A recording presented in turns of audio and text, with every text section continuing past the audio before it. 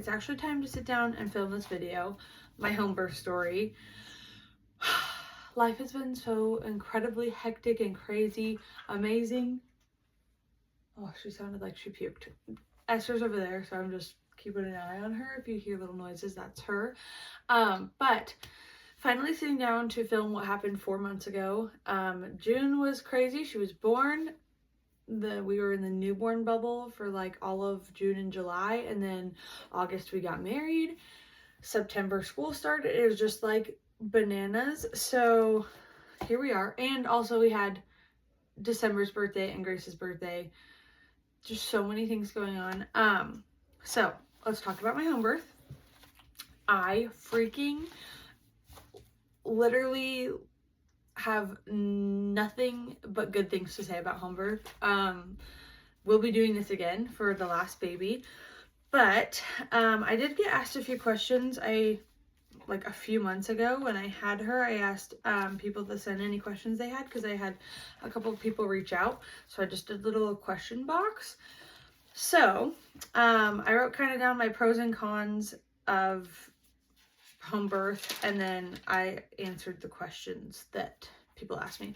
So we'll just kind of go over like the pros and cons first in the questions, and then I'll go into like the actual birth story. So for pros and cons, I wrote down for pros that I get to catch my own baby, which I like half caught her. I pulled her up with one arm while one arm was stabilizing me, and then my midwife kind of like made sure she came up to my chest with my one arm, because they come out very slippery. But got to catch my own baby. We had planned to let Mark catch the baby. Like both of us were like, yes, you're gonna catch the baby, this is gonna be great. And then I felt her head, and then she was here, and I was like, oh, like he wasn't ready to catch the baby. He didn't expect that to happen that fast. So anyway, I got to catch my own baby. Being at home and cozy in like an environment you feel safe in that's not high stress is like raises your oxytocin. So oxytocin is a vital part of labor and what keeps your labor going. Pitocin is the like fake oxytocin that they give you at the hospital. So if your oxytocin is really high, then labor progresses completely fine, and it's just like it benefits you a lot more being at home and having your oxytocin high and not having to like the monitors beeping, random people coming in to see you, strangers touching you. Like the stress level of the two environments is like night and day. This is probably on some people's cons list, but mine was no epidural. There's less effects on the baby, less effects on mama. I can feel my 3 epidural spots. So I got 2 epidurals with Desi, 1 with Huey. I can feel them still to this day, and they drive me nuts. So, and I feel like they cause more issues than not. And then they also make baby really sleepy. So that was one thing I didn't want to have, was the epidural, the side effects or the risks that can come along with an epidural. I preferred to just do it naturally and have nothing go to baby. With a home birth, you have less risk of cascade of interventions if you just let your body naturally do its thing. Instead of like at the hospital, if you're not progressing fast enough, they will give you Pitocin to speed things up, which if your baby's not is not deep enough in station in your pelvis, and they give you Pitocin, it can cause your baby to get stressed out. Baby's heart starts dropping. They're like, okay, we have to do a C-section. Like it's just a cascade of interventions. After the epidural, then Pitocin, that just like the statistics on hospital cascade of interventions versus home birth is crazy. The amount of how many more things have to happen in a hospital because they want things to get done on a certain timeline. Another one was cost. So, and the entire home birth for us cost, or the entire like 9 months plus the birth, was $2,000. At the hospital, you're paying for all of the ultrasounds, all of that separately, and it's way more. I don't know exactly how much it was, but individualized care. So the people with my experience since I've had a hospital birth and a home birth, my experience is like with a hospital birth, you go in for your appointment, they make it as freaking fast as possible. They're like, hey, do you have any questions? Okay, bye, have a great day. They see so many people that it's just kind of like the same script. They haven't gotten to know you, they haven't gotten to know your baby. Literally with my first two, they never palpated my belly, and that was something they always felt her. Once they could feel her like in my belly, they would always feel her position and palpate her and feel like how she's doing with their hands. And so they got to know, and they like talk to the baby, talk to your belly, and they're like, something that I absolutely loved is they ask for consent for absolutely everything. May I touch your belly? Can we feel your baby? Do you want to listen to your baby? Like, there are so many things that at the hospital they just do. They're just like, okay, we're going to listen to the baby. We are going to check your cervix. We are going to like, anyway. So home birth, they don't do that. So, just, you have more voice and more control. They listen to you, and let you, because you know your body better than anyone else, they let you be the leader of that. You have a higher chance of having a vaginal birth, and they encourage you to have a physiologic birth, which is no intervention, nothing to help like labor kick in, nothing to help labor go along faster, except like movements and things you can do naturally. Eating and drinking in labor. Hallelujah. What did I eat? I felt like I ate dried fruit. I feel like I probably had some candy. I don't know, you can eat whatever you want, and you get to a point where you don't want to eat. It's not even something you want to think about. But at the hospital, they don't let you eat after you get your epidural. And I don't know if they let you eat if you don't have an epidural, but in my experience, as soon as you get the epidural, you're no longer allowed to eat, just in case they have to put you under for a C-section. They worry about you aspirating. Is that the right word? Your food coming up and choking on it. Anyway,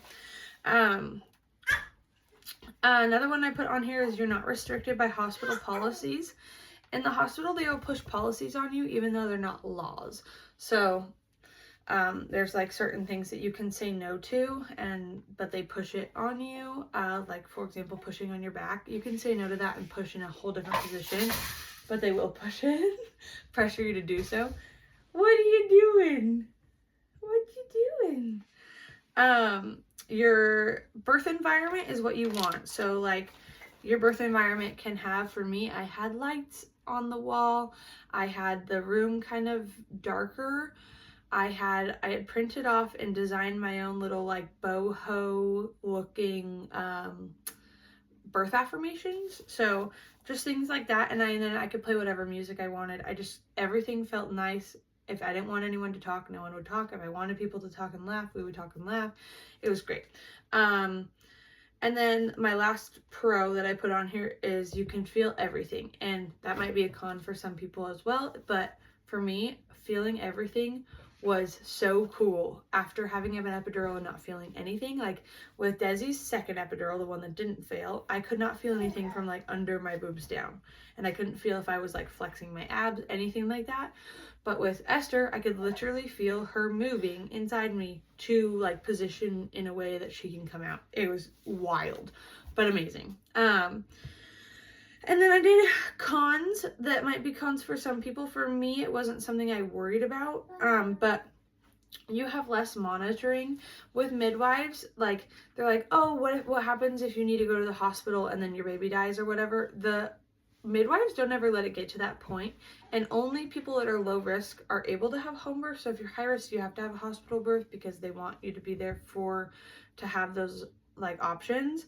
But less monitoring. My midwife was listening to the baby like, I don't know, every so often, and then once I was towards the end, a little bit more often. But she would just monitor Esther's heartbeat and like see if she did well through a contraction and after a contraction.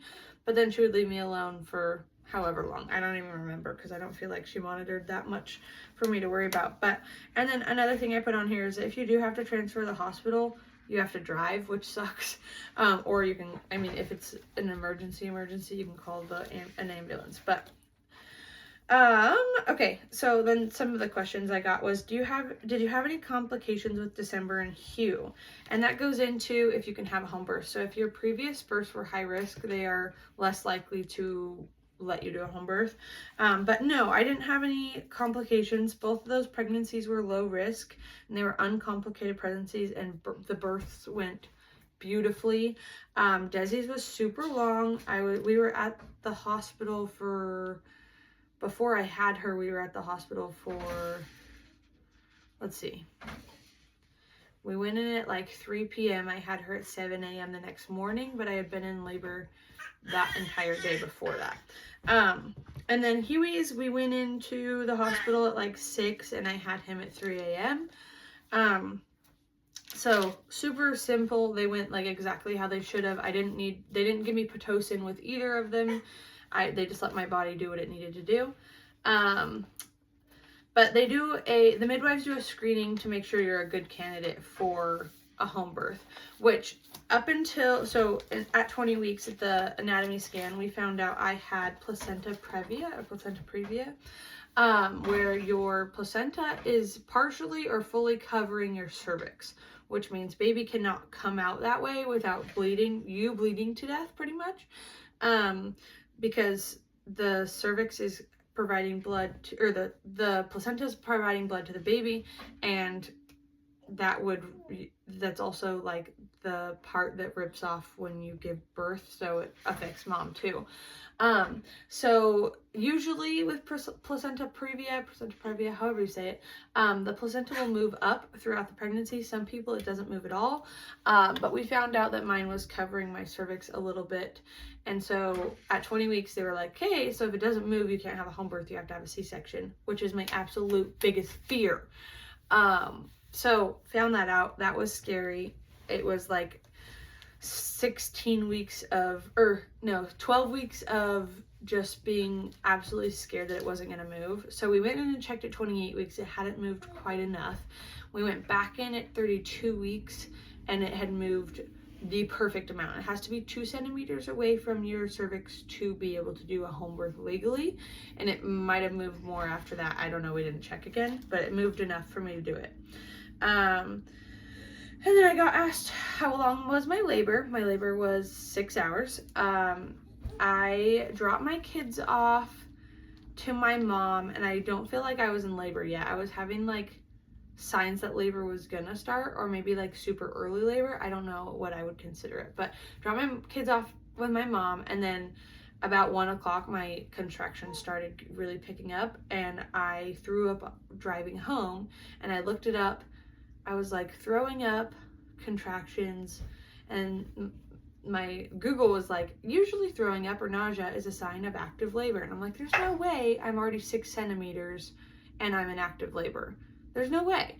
Come to find out I was. But so before I went into labor, I was 5 centimeters, or 5 centimeters, 4 on the inside, 5 on the outside of my cervix, dilated already, not in labor. So I didn't have to go very far, but anyway, so someone asked, who did you go through? I went through Treasure Valley Midwives. I absolutely loved them. They are phenomenal. We will be using them again. And then I had, I'm gonna butcher her last name, but Selena Dielman did the videography for the birth. And then I got asked things that helped me through the birth. Birth ball. My birth ball was amazing for like those the early active labor contractions were, so I used my ball for probably like an hour or two and just like swayed on it having contractions. It was great. Mark would do counter pressure, and my midwife was doing counter pressure on my back and my hips.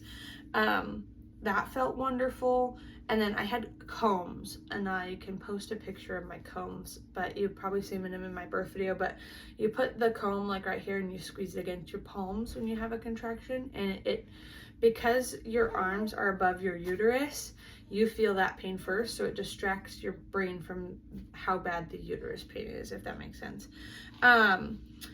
This one, it kind of sounds funny for people that haven't done it, but laboring on the toilet. So if you sit backwards on your toilet with a pillow like on the back, it's called the dilation station. It helps you dilate. It's just like a place that your body naturally releases your pelvic floor when you sit down. So sitting on the toilet, there's nothing pushing up on that area of your body. It opens it so your baby can kind of get to where it needs to be. Making low noises. You're supposed to make low, like deep noises, not high-pitched noises. So like in the movies you hear them screaming and like making the obnoxious noises, but like low moans helped me a lot, and then swaying back and forth. And it says, how do you like it compared to a hospital birth? And I loved it way more. I will be doing another one with the next baby. If my next baby's pregnancy is low risk, we will 100% be doing a home birth. I was absolutely obsessed. Like, I wish I would have done a home birth with Huey and Desi, but at the time, their dad was not comfortable with that. It was something I've always wanted to do, but wasn't able to. But, so those are all the questions. I'm gonna grab the little miss. Hold on just a second. Hi, Tookie. Whoosh. Hi. She recently found her feet, and it's the cutest thing ever. So this is little Esther Eloise. Hi, do you see yourself up there? Chunky nugget.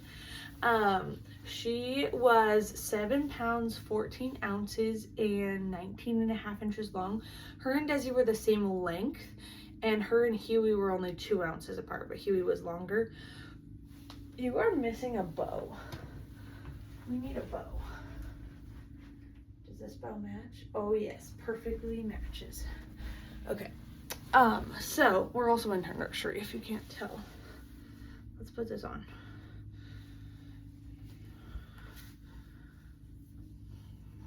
There, that's better. So, I'll talk about her like actual birth story now. So, like 9-10 a.m. The morning I had her, so the morning of June 11th, I felt like crap. I was like, this is not gonna be my day that I go into labor. I feel like crap. Like I didn't feel like sick, but I just felt off. But it wasn't like I feel off, this is gonna be labor. I just felt off. I don't know. And played with the kids that morning. We like played with some of Huey's. Huey had just had his birthday, like, I don't know, 3 days before that, a couple days before that. He turned 2 on May 27th. And so we had a couple of his toys. We were playing with his toys in the like entryway of our house, and I just felt like crap, and I didn't feel like doing much. So I just sat on the floor while they played, and then I started having a couple contractions, but like just here and there, and I'm like, this feels weird. And I was 40 weeks exactly, so it felt weird. I didn't like the way I was feeling. It didn't feel right, so I was like, I'm gonna drop my kids off. I don't feel good. So I took my kids, I packed the kids up, got everyone ready, and took my kids to my mom's house. And then at my mom's house, I started having contractions. Like, some were 7 minutes apart and 30 seconds long. Some were 5 minutes apart and 30 seconds long. Some were 12 minutes apart, 30 seconds long. I'm like, okay, these aren't consistent. But with Huey, my contractions randomly started and they were 2 minutes apart, 30 seconds long, super bad pain. And then when I was like later, a couple hours later in the hospital, like 7 centimeters dilated, they were 5 minutes apart. So I was like, okay, I'm not going to wait till they're consistent because I don't know if they will be. So I dropped my kids off. I started heading home. Like I said, I got nauseous on my way home, and I was throwing up in a cup the whole way home from my mom's to our house, which is about 20 minutes away. So I'm throwing up the whole way, having contractions the whole way home. And like I said, I looked it up. I was like, throwing up, contractions, and it was like, you're in active labor. And I'm like, there's no way this is active labor. Like with Desi and Hugh, it was way more painful. With Desi, I got admitted to the hospital. I was 3.5 centimeters, and I labored for an hour in the tub, and then the nurse was like, okay, I can stretch you to a 4, we'll keep you. And then with Huey, I showed up and I was 6 centimeters, but by the time I got my epidural, I was 7. So I was already in active labor with him, but it felt way more painful than they did with Esther. So anyway, I got back home. I sat in the car for a couple minutes. Car contractions are the worst, but I didn't want to move. This is a dumb way to think about it, but I was like, I don't want to move because if they go away, that's gonna suck. Because I really just wanted to have the baby already. I'd never been pregnant for 40 weeks before. I was just like, I'm done being pregnant. But if your contractions are real contractions, no matter if you move or not, they're going to continue. So it was dumb for me to feel that way. But I sat in the car for like 3 more contractions because I was like, I want to make sure these are real and I want to make sure they continue. And so Mark came out into the garage and he was like, are you going to come inside? And I'm like, yeah, I just want to see if I have another one. So I had another contraction and then I timed it. They were about a minute long. And then they were like 3 to 5 minutes apart, kind of going back and forth. So I went up to, my kids were gone. His kids were still at the house. I went up to my room with my peanut ball and I just sat on my bed and I leaned over my peanut ball and I had a few more contractions because I didn't quite believe I was in labor. And so Mark was like, should we call the midwife? And I was like, yeah, just call her and let her know I'm kind of having contractions. They're like mild pain. They're about 5 minutes apart and a minute long. So we told her that and she was like, okay, I'll check in an hour. And they like slowly started getting more intense. Not super bad at all, but just like I could tell they were getting stronger. So I was like, okay, Mark, you need to have your mom come get the kids. So, because I wanted it to just be me and Mark and the midwife and our videographer. So, I had his mom come and get the kids. They were getting stronger and stronger. And then my midwife called back and she was like, okay, how you doing? And I'm like, they've definitely gotten more intense. They're closer together. And she's like, okay, I'll be there in an hour. And I was like, perfect. At this point, it was, we called her at 3, or we called her at like 3 o'clock. She called back at 4 and then she was there by 5. So she got there an hour later and I was still laboring. I had switched to my medicine ball on the floor and I was just swaying back and forth with my arms like over it like this. Kind of just working through labor how I felt like I needed to. And she was like, do you want me to check you? And I was like, yes, I want to know where I'm at. I feel like I'm going to be really discouraged though. I don't feel like I'm going to be that dilated. I feel like you're still going to tell me I'm at a 5. And she checked me and she goes, you're at a 9. And I was like, what? Are you freaking serious?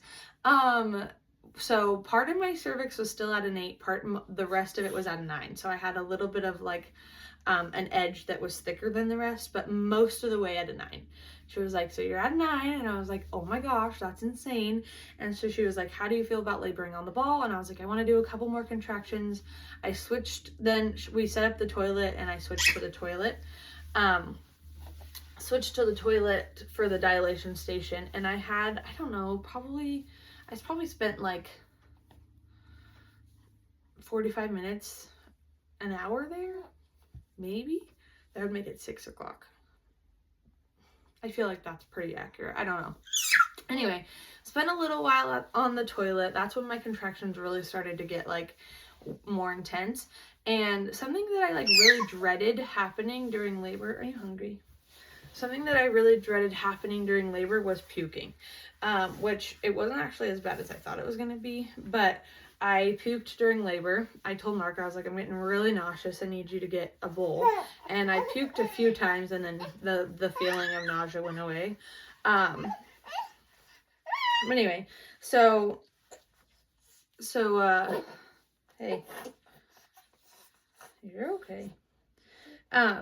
So after I got nauseous and I puked for a couple times, I just laid there on my pillow over the toilet, labored through a few more, and then it got started to get like pretty intense.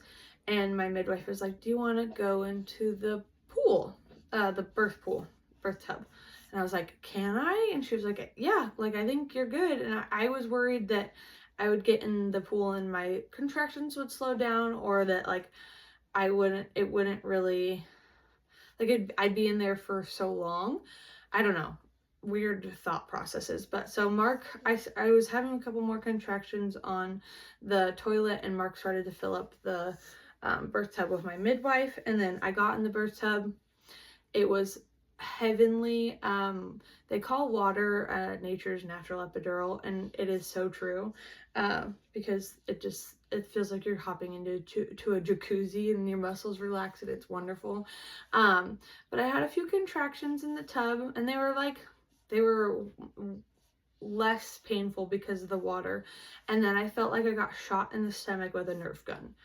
It's a weird way to describe it, but that's what it felt like to me. And I had never felt my water break naturally, like without an epidural. It has always broken after, like when I'm like 8, 9. I think with Huey, they broke it at 9, and with Desi, it broke on its own at 9. So like I had never had it break on its own. With being, that's not what I meant. I had never had it break and me be able to feel it. So it broke, and I was like, I think my water just broke. And she's like, okay. And she's like, do you feel your membranes? And I was like, I don't know what I'm supposed to be feeling for. And she like pulled them out and showed me what it felt like. They're just like slippery, kind of weird. But she was like, yep, that was your water breaking. And she was like, okay, so like your contractions will be more intense now. So after your water breaks, it's kind of like a cushion. Your water's kind of like a cushion on your body and your pelvis. So once your water breaks, your baby is sitting right there on your pelvis, and has to work down through that. So once my water broke, those contractions were like, okay, this is real, this is happening, and I'm not leaving my house, and I don't have the option of going to the hospital. I didn't want to go to the hospital, but that was just like my thought process was like, oh damn, these are intense. But I will say the contractions were never as painful as I thought they were going to be. So I had a few contractions like after my water broke that started to get really painful. And so I flipped over onto my knees, and I was leaning over the tub, like holding Mark's hands and holding my combs. And that's when the contractions started to get like to the point where I was saying, ow. And I never said I can't do this. I kept seeing, I kept hearing on my podcast and seeing in birth videos, like, you'll get to the point where you say you can't do this, and you want to be done. I can't do this. But I never got to the point where I said I can't do this. I got to the point where I was like, F this, I want to be done. But I never got to the point where I was like, I can't do this. I don't know how I can continue. I never got to that point. So I had a few super intense contractions, and then I started to feel her head, and I felt her head, and I was like, okay, there's a head in my butt. I told Mark that. I said, there's a head in my butt, and the midwife was like, okay, like that's a good sign, like you'll probably start pushing soon. And the next contraction after I felt her head in my butt, I felt her head, and my body, you have what's called a fetal ejection reflex. Your body pushes for you. I had that. My body started pushing. I started pushing with it. It honestly, pushing was what I thought was going to be the scariest part, but pushing against the pressure actually is kind of relieving. So I pushed, and she before we had talked about it, there's like, you'll push the head out, and then there'll be a pause, like a natural pause, and the next contraction you'll do the shoulders. And I was like, okay. I felt her head, and I just pushed her entire body out in one push, and I said, nope, I'm not waiting for her shoulders. As soon as I felt that pressure, I was like, I'm not waiting for another contraction to happen. That was the worst pain of the entire thing, was just the pressure from her head. So I was like, no, I'm not waiting for this. I pushed her entire body out in one push. I had no tears, never torn with any of the kids, but no tears. She was my biggest baby. After I gave birth though, so at a home birth, hey, you got a burp. At a home birth, your placenta has to detach within an hour, or you have to go to the hospital because your placenta is not supposed to stay attached. It's supposed to naturally come off. So at about exactly an hour mark, my placenta finally detached. Thank goodness. But because it took so long to detach, my uterus just started to get bogged down and like started clotting, and then all the other blood was stuck behind the clots. So I hemorrhaged. I lost a lot more blood than you're supposed to lose. So I believe with a vaginal birth, it's 500 mils. With a C-section, it's 1,000, and then I lost 1,500. I believe that's the numbers. But anyway, I might be wrong. But so I lost more than I was supposed to lose, but they gave me Pitocin to try to like shrink my uterus down and stop the bleeding. And my one of the midwives had to stick her hand inside and apply pressure that way. It's called manual something. I don't remember. Anyway, and then also push down from the outside and like massage from the outside so that it would stop bleeding. They got it under control. Like I never had to go to the hospital or anything, but that definitely was something that freaked Mark out a lot, was me hemorrhaging, because I was losing a crap ton of blood. And they kept asking me, they're like, do you taste anything in your mouth? Like, are you dizzy? And I was good. I was totally fine. I breastfed her. Before we got out of the pool, the cord, like we wait till the cord went white, and since my placenta didn't detach, we usually would cut the cord after the placenta detaches, but we cut the cord before because my placenta didn't detach. So after all of the hemorrhage stuff, I finally got to breastfeed her, and we just laid in bed and snuggled, and then they weighed her, figured out how big she was, how big her head was. Her head was 13.5 inches, same as Desi's. Huey's was 14. And then like everything was smooth from there on out. And like after, what's really crazy about a home birth, that's something I didn't even think about, is like I felt the urge to pee. And with an epidural, you get a catheter, so you don't have that urge. So after I gave birth, I was like, I really have to pee. And they're like, oh, that's awesome. That's a great sign. Is sign that everything's like working good, and you're emptying your bladder is really important for your like healing postpartum. So, and then I got up, went to the bathroom, everything was good. And then they leave you once they check baby and everything. I did have a fever. For a little while, so they have to make sure that goes away before they leave. But my fever went down, everything was fine, and then they leave you and they come and check on you a day later at 24 hours and check on the baby, and then you see them. You see like a lactation consultant like on day, I think like 3 or 4. Ow. 3, 4, or 5, I don't know. Anyway, but everything went so well other than the hemorrhaging. And there's a few reasons that we think that I hemorrhaged. I already had a low-lying placenta because of the placenta previa. After that like moved up, it's now just considered a low-lying placenta, but and that my placenta didn't detach, that's another reason that they feel like I hemorrhaged. But other than that, it was literally such a wonderful experience. I'm so excited to do it again if I'm able to. But that is my birth story. This is my cute little almost 4-month-old. And you were a trooper, huh? It was teamwork makes the dream work for a home birth. But anyway, and Mark was the absolute best birth partner I could have ever asked for. He was so supportive. Was literally like holding my water cup so I could drink out of it. Asked me if I made sure I had everything I need. I really didn't need anything, but my labor was only 6 hours long. So I had her, do you remember what time you were born, Sissy? 7:47, like the airplane. 7:47 p.m. And yeah, so anyway, that's our birth story. Thanks for listening, now that I finally videoed it.